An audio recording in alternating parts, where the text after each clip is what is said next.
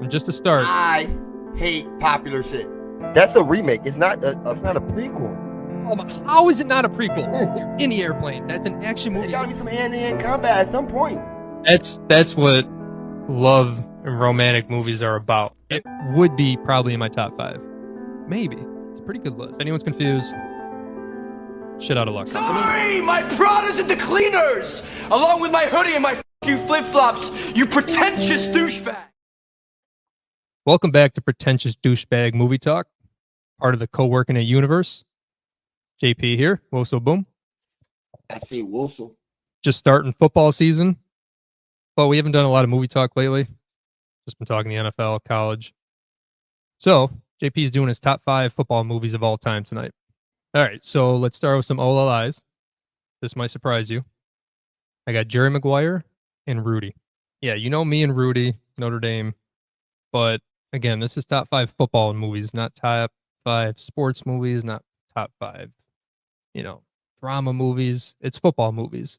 As much as I love Rudy and as much as I love Jerry Maguire, they're two movies that tug at the heartstrings for two different reasons, but they don't have enough football in them. Not enough compared to the top 5 that I have. If they're not a top 5 football movie, how are they a top 5 sports movie?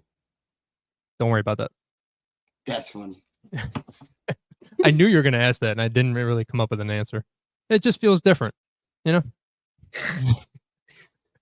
right, let's start out. Number 5. Remember the Titans.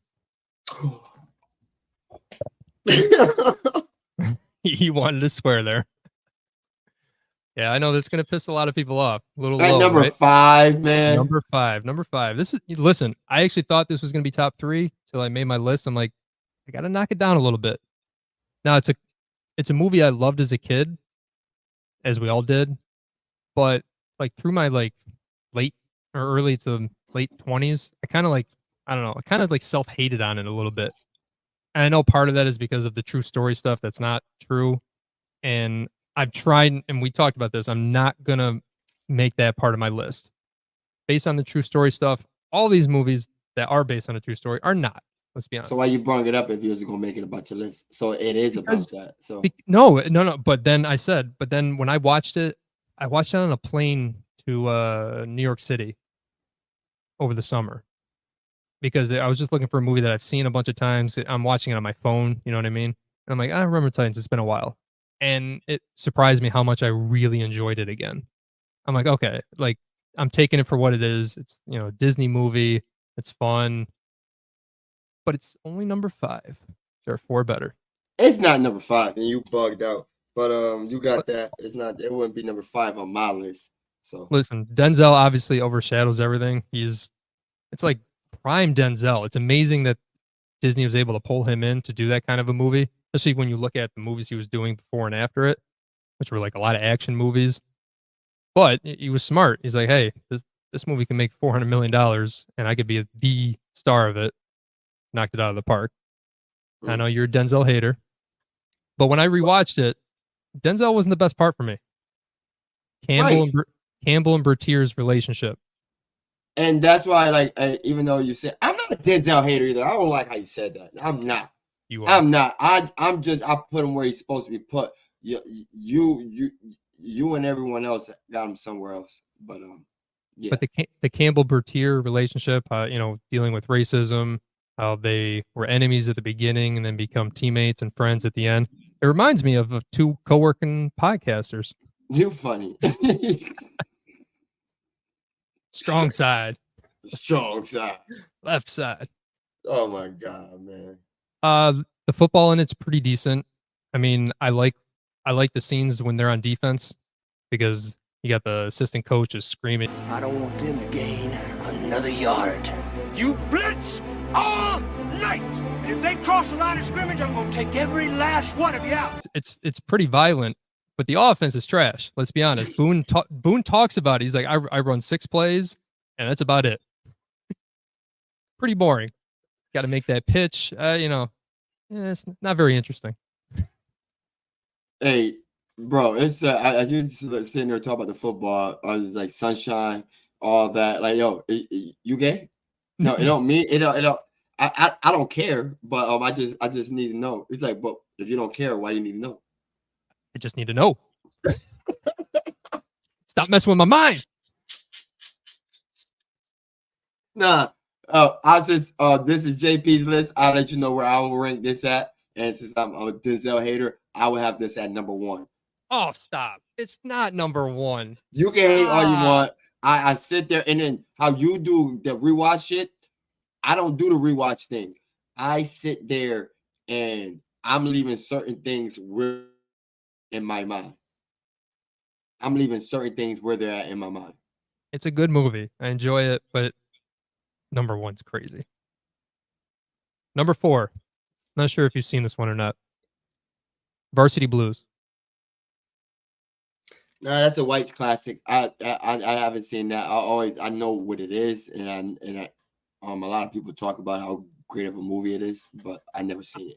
I'm surprised because it came out right around your high school time. Now, again, you're saying it is a fairly white movie. When I was in high school, I was not watching white movies unless it was like American Pie.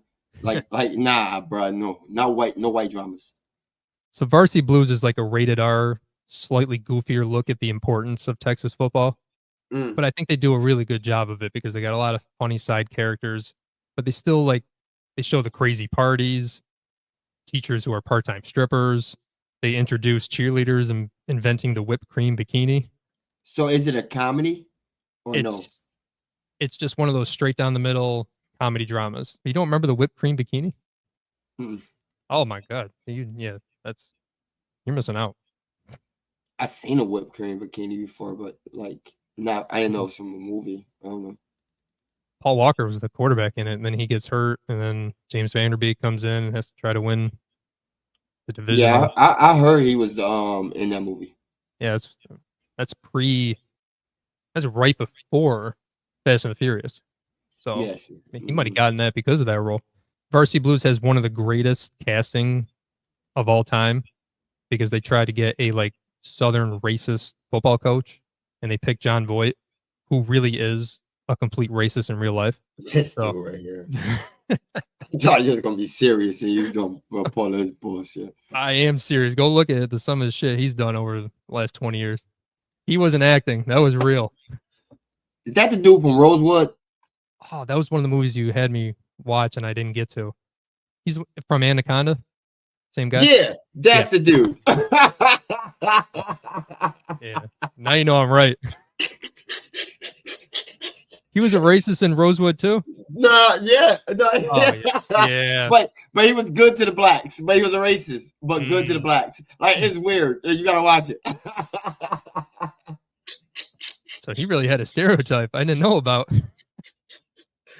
He got that racist face. I can't say that. I don't know. You can't say that. But look, bro, you can look at him I'm gonna stay away from him. He would never hand it to the black running back on the team. He wouldn't let him get touchdowns, and that was kind of a part of the movie. And then when the backup comes in, he would change the plays on him to get him touchdowns, and it would piss him off.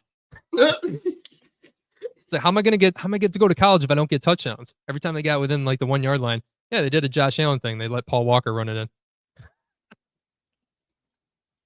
Get to the goal. Get past. You don't have to get down. Don't get stopped at the 1. Go. Hey. Number 3. Any Given Sunday. Any Given Sunday is number 3 on my list. Literally number 3. There we go. There we go.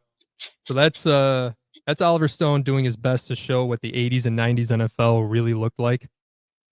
That movie doesn't hold up well for current NFL because they basically try to get all that out of there. Yo, they they was going to be the Miami Dolphins, and then they tried to get the NFL, and the NFL wanted the strip. They got the strip, and they said, "Hell no." Nope. Yeah, I wrote that down too. They wanted, they wanted all. All good. No, you're good. They wanted all the NFL product in there, and yeah, they took 10 seconds of that script. Drugs, hookers, and steroids, and that's just the first opening scene. All right. We got Jamie Foxx as Willie Beeman, iconic. We got Al Pacino as the head coach, LL Cool J as the running back, Lawrence Taylor playing defensive end. I don't know how old he was in that movie, but it was funny. But he was playing as an older vet which I guess back then it wasn't that Makes out sense. of the. Yeah, it did make sense. And the early CTE stuff with him, yikes! Yeah. Oh yeah, you throw concussions in that list too. And even, you know what? I'm a hater of Cameron Diaz. She ruined Gangs of New York for me, but she's pretty good in this movie as the GM. Yeah. You got the iconic inches speech before the championship game that every high school coach and every college game and even every NFL game plays a snippet of that at some point. On this team, we tear ourselves and everyone else around us to pieces for that inch. We claw with our fingernails for that inch. Because we know when we add up all those inches, that's gonna make the fucking difference between winning and losing. Between living and dying. You talk about Jamie Foxx character. Do you know who they wanted to play that role first? Ooh, was it another black guy?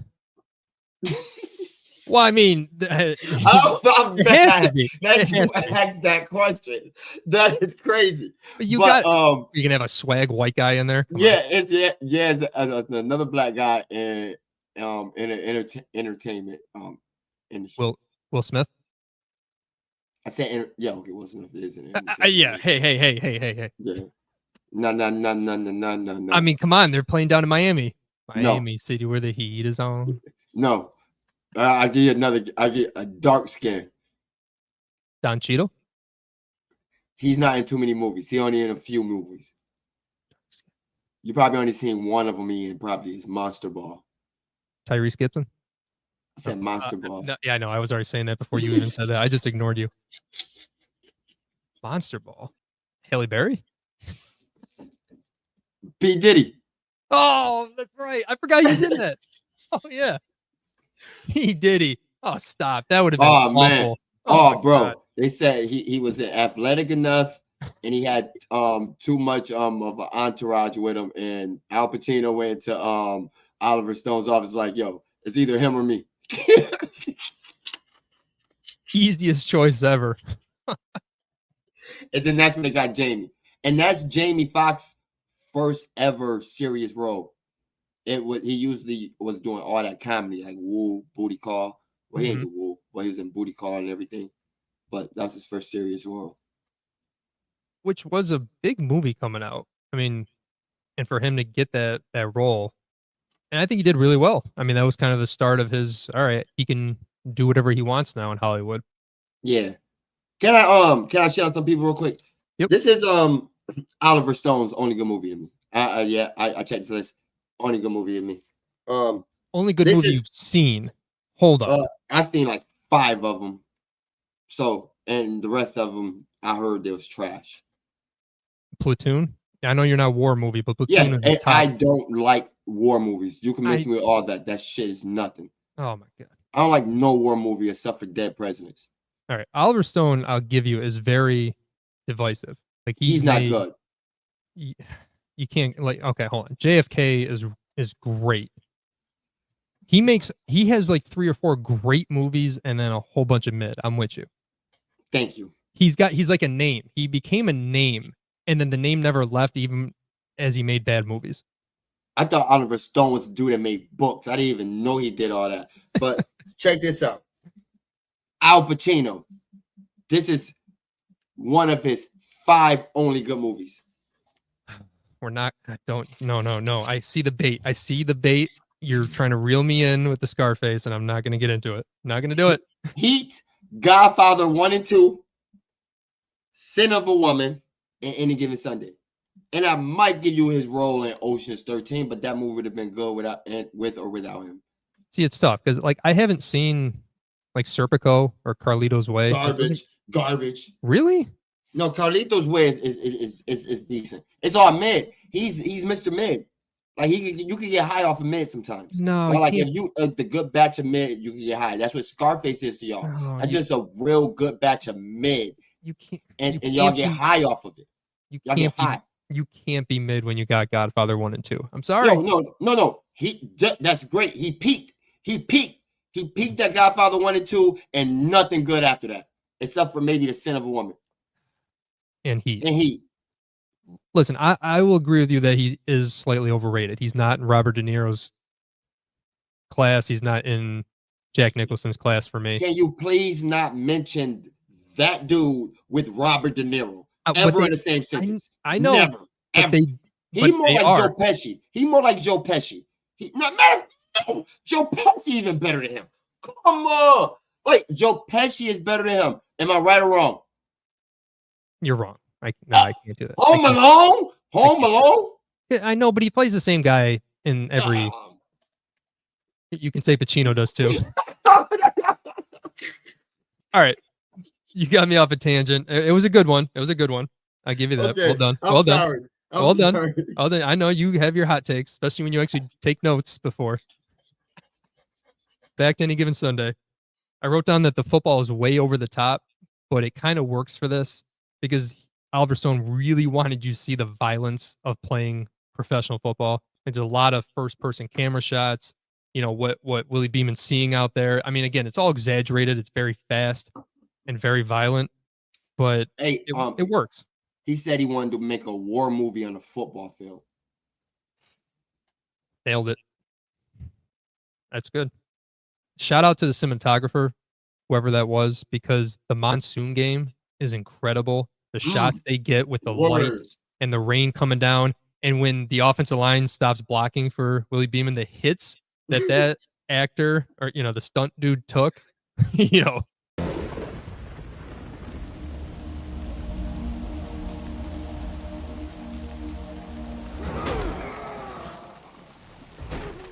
Bro, today's day and age, that whole scene would be CGI. Oh. Rain and all. Yep. Also, what would have been CGI is when the eye gets stepped on the field. Oh. All right, number 2. The Replacements. The Replacements was on my list, and I had to replace it for Little Giants.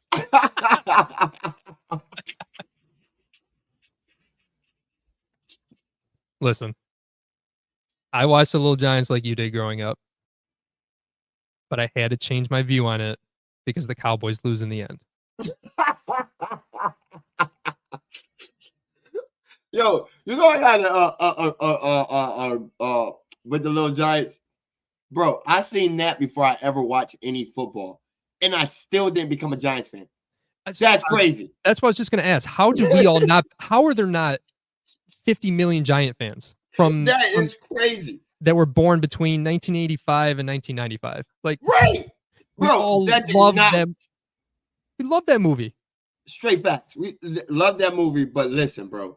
That I don't know why I never wanted to be a Giants fan, like ever. And it's oh man. I'd rather been the Cowboys, even though they lost at the end. I'm just realizing how impressive of a pull my dad had on me because I wanted to like everything he did. So despite the Little Giants, where the Cowboys are the mean bullies, rich kids, I'm still a Cowboy fan, even though I Me too. But you know what? Those Little Giants right now are better than the current Giants. They'd rather have Icebox than Daniel Jones. He played like a little 12-year-old girl anyway.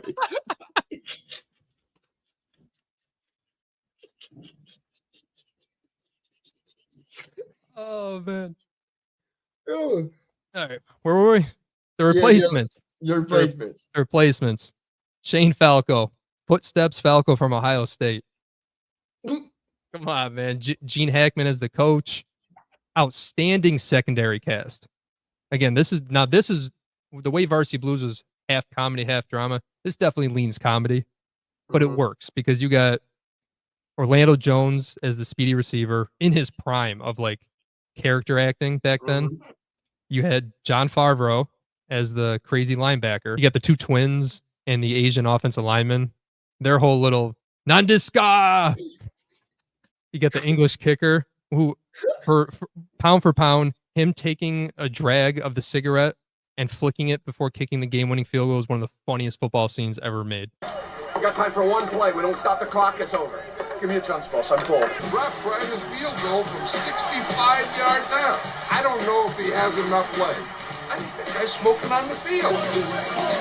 But I thought the football was good, pretty realistic. And shout out to Keanu Reeves because he looks like he can play a quarterback. Word of G.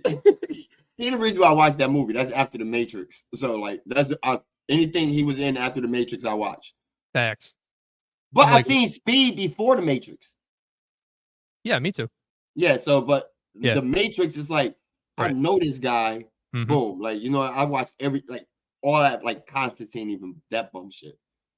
I don't think it was Keanu that got me to watch it. I think it was just because it was football, and I remember it's a pretty rough PG-13 movie. It toes the line with its sexuality and language, and so as an 11-year-old, I'm just trying to watch that too. But the football is really good. Orlando Jones funny as hell in there. Like he funny. He's very funny. Yeah, the fastest dude alive, but can't catch anything. Yeah.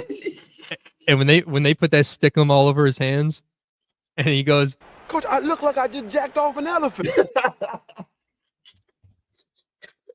I wonder if that's what Jerry Rice was saying when he was using that. He's like, what are they gonna do? Put you in football jail? So good. So good. Semi-realistic ending. I don't know if you remember it. They did like a crazy play that actually got him a touchdown, but there was holding. And then that's when Keanu gives, chick stick scars, glory lasts forever, a little speech. It hams up the drama, but it's pretty good. And they throw it to the deaf kid on the post for the win. Happy ending. You said realistic? Yeah, I said semi-realistic. Oh, okay. Because they literally beat a team full of NFL players. Not very realistic. The whole crossing the line, the picket line. Yeah. And that was against Dallas too. What is it always with Dallas and losing in these games? Damn. Everybody want to beat Dallas, bro. Yeah, but it also makes sense because Dallas loses in real life too. So, yeah, overall funny, but a little serious. Like I don't know if you remember Shane Falco's like quicksand little story when they're in their meeting. It's like some deep stuff when it comes down to football, and how tough it is for those guys mentally. And then you get the little side love story that doesn't really do much, but doesn't hurt either. All right, number 1, JP's top 5 football movies of all time.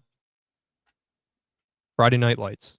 First time seeing this was like a revelation that like a sports movie, and specifically a high school sports movie, didn't have to have that Disney feel throughout, especially the ending. Like they lost the championship game. Look at the other 4 picks that I did, including my OLIs, all happy endings. Mm-hmm. That ending to Friday Night Lights, because I didn't know the story, I didn't read the book, shocked me in theater. And it made it more emotionally devastating. I remember being so sad. Like they lost. What the hell? And but it also made it more realistic. I know it's based on a true story. But I'm like, man, yeah, not everything's all, fairy tales and happy endings. Losing is okay. It is. They kind of acknowledge that losing. It wasn't everything. It's high school. It's high school football. In Texas, it's everything. Yeah, that's a fact. It made me wish that I played football growing up. It really did. Like that whole movie. Now, my high school team, my senior year, won state championship. So I was always very jealous of that. Not that I had the body to play football, but I also didn't start playing football as a kid. So who knows? I could have. But watching that movie in high school, I would think I was only a sophomore then, or a freshman. But I'm like, oh my God, I wish this just looks incredible. The feeling, like the town camaraderie, like everything rides on that. Again, not that we experienced that too much up in New York, but it just made me jealous of what they go through down there in the South playing football. You got Billy Bob Thornton as head coach. My God. He's got some good speeches throughout this movie too. Especially at the beginning and during training camp. We will win state. Man, no pressure. No pressure. We will win state. But you know why he says that? Because he's got Boobie Miles in the backfield. Derek Luke is Boobie Miles. You got the white guy from Tokyo Drift as the quarterback. You talk about that Alabama talking motherfucker? Like, yeah. I got you. That's him? That's him. I knew I Bro, could get one time. I always wanted to know where the hell he came from Mm-hmm. because I hate him in that movie. I think Tokyo Drift would have been a good movie if he wasn't in it. You're right. He was born to play in Friday Night Lights, not Tokyo Drift. He was terrible. Yeah. Oh man, damn, that's crazy. You messed me up with that. Finally. Even Tim McGraw as the drunk dad, pretty good. Better actor than singer. Of course, I hate all country, so that's not saying much. You got me again. You thought Tim McGraw, the singer, is his dad in Friday Night Lights? I did not know that either. It's not the quarterback's dad, it's the tight end's dad. Yeah, Okay. When he comes home. Yeah. Mhm. Still didn't know that was him. So like throughout the movie, you got the back and forth of like Boobie Miles post injury, which is really tough to watch. And then you watch the team try to come back from that. You remember the coin flip? Remember the drama, the pressure of that coin flip where there's 3 teams with only 2 spots. So they're all flipping the coin. Oh man, I remember in the theater like gripping. It's again, sometimes it's fun. You know, you're supposed to tell kids read books and everything, but if you read a book, it could become a movie and then you'll know what happens. So don't read books. The more you know. Fuck out of here. Reading a book is way better than watching a movie. So I did go end up reading the book after. So that's the way you do it. Then you find out what's real and what's not. Bro, I never even knew that was a book till just now. Yep. I know it's like based on a true story, but I did not know it was a book. But most true stories are books about them. Like damn near all of them. Yep. What I liked about the Billy Bob Thornton head coach character was that even though he was a hard ass, he did have a couple moments like sitting in the bedroom with the quarterback, you know, before the season starts and had this really heart to heart. Like, do you want, you know, where do you see yourself? Do you want to get out of here? And then the my heart is full speech at halftime of the championship game is iconic all time. Being perfect is about being able to look your friends in the eye and know that you didn't let them down. Boys, my heart is full. My heart's full. Different from the Al Pacino speech where it's all fiery, you know, and you know, you got inch and claw over the yards to win. And this is like, I want everybody to look into each other's eyes and just know my heart is full. Like it's damn good. The football though, again, this is what it's all about. Outstanding. All of it looks very, very realistic. If you look, like if you pay attention as the game's going, where they are in the field and what down it is, it all works. I know they put a lot into that. They didn't want to just throw a bunch of plays together and everything. They really tried to replicate how some of the games went and how some of the plays went until the championship game. But that's okay. That's okay. How they shot that final game against Dallas Carter in the old Texas Stadium, it just looks real. It's so damn good. Last shout out to the music and the poster. Posters all time. I need to get one of those back there. Man, with the 3 fire posters, yeah. With the 3 captains walking and you get the 3 lights up there. Oh, it's so good. That's one of the illest like posters ever. Like, yeah, you're right. Yeah, I think I had that one up in my college dorm for a while. That was so good. Man, you should have a basketball one. What the hell you got a football poster up for? Because there's no good basketball ones. Name me a good basketball poster. Coach Carter's not a good poster. Oh no. White Man Can't Jump's not a good poster. You got game. I gotta have a white guy. All right. To recap my top 5, I had number 5, Remember the Titans. Number 4, Varsity Blues. Number 3, Any Given Sunday. Number 2, The Replacements. And number 1, Friday Night Lights. What do you think? Damn, 3 of your top 5 wouldn't been in my top 5. That was my guess when we talked. I said it was going to be 3 of them. Mm-hmm. Varsity Blues is something I never watched, so I can't say anything about that. Remember the Titans is low to me. I don't know. Like I said, I don't like. I'm holding that where it's at. I won't go back and watch it. And But you really think that's better than Friday Night Lights as a football movie? Yeah, I don't got Friday Night Lights up there. That was my outside looking in. Wow, that just stuns me. Like I feel like that is in everybody's top 3 at least. That's what that was my outside looking in. Oh yeah, that and the replacements. Those my outside looking in because I had Blindside in there. Like Oh. I love Blindside. It's like my only movie of Sandra Bullock that I like, besides Legally Speed. Blind. Speed. Oh, and Speed. I forgot Oh my about God. Speed. No. Forgot What about was that? Speed. Hold on. No. What was that movie you just said? Huh? What was that movie you just said? Legally Blind. Right? That's her, right? Nah, stop playing. She is in that movie. No, I think I'm saying it wrong. Wait, what movie she's in? It's called Legally Blind, right? I don't know what you're talking about. Oh, you're just digging a deeper grave. I love it. I love it. This is why we like talking movies. What you talking about? That's what she's in, right? Woso loves like 6 white actresses, but cannot remember their names and mixes them all up. Nah. Oh, nah. Legally Blonde was Reese Witherspoon. Who the hell is Reese Witherspoon? Legally Blonde. And what else? Thank you. You don't know her. Oh my God, Sweet Home Alabama. I mean, that was her. That was her next Sweet big Home hit. Alabama. I Oh watched God. that movie. Big Little Lies. Oh my God. Oh, that's Reese. Big Little Lies is that's my ish. What did I say? That's my sitch. I know what movie you're talking about too. This is how well I know. Like I know you're thinking Sandra Bullock, and you're Sandra not. Bullock. She's an FBI agent. She undercover. There you go. Miss Congeniality. Miss Congenial. I can't say it, but that's what she is. I like those movies. You also said Speed earlier, which you forgot she was in. You just I like Speed. It just Bird Box fucked me up. I hate that. That was the one I didn't watch. Yeah, don't watch it. Yeah, too many people said it was great, and too many people said it was terrible. So I'm like, I'm out. And only thing I say, Little Giants, man, because my man, what's his name? Rick Marino. I can't even say his name. What's his name?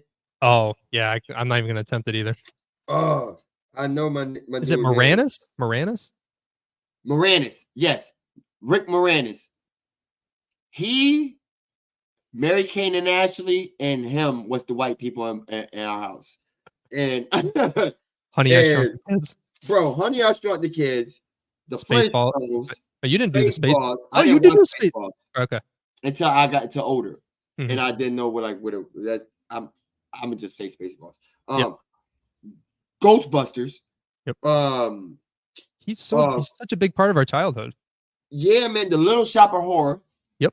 Like he was in all the great movies, and he just disappeared. It's like he didn't have a second wave. You know what I mean? Why he needed? He was caking off the children movies, bruh. Caking. Yeah, that is crazy. Phrasing, yeah. bro. Yeah, that's what the fuck is phrasing? Don't ever say phrasing to me. What the hell is that? It's exactly what it means. Phrasing, man. Jesus. What? He made good with the kids' movies. I like I can clip that. Oh my God. Hey yo, and any given Sunday, if they'd had Diddy when they had them dicks out, he would have been happy.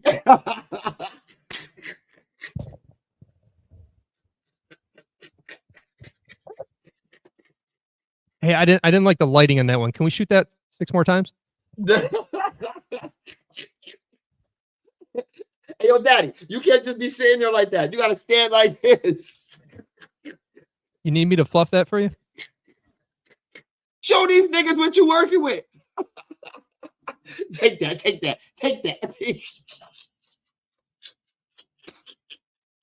Do you really think there was one person's job in casting to go, all right, just find the biggest black dick you can, and then he's just going to be in this movie?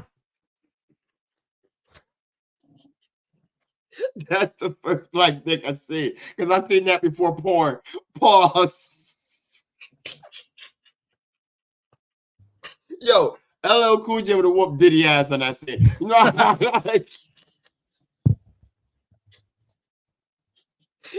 they've been fighting for all different reasons. He would have tried to grab LL Cool J dick and then he would have snored his shit. All right, I'm done. I had to figure out where we're gonna end that one. Way before. That's PDMT after dark. Oh,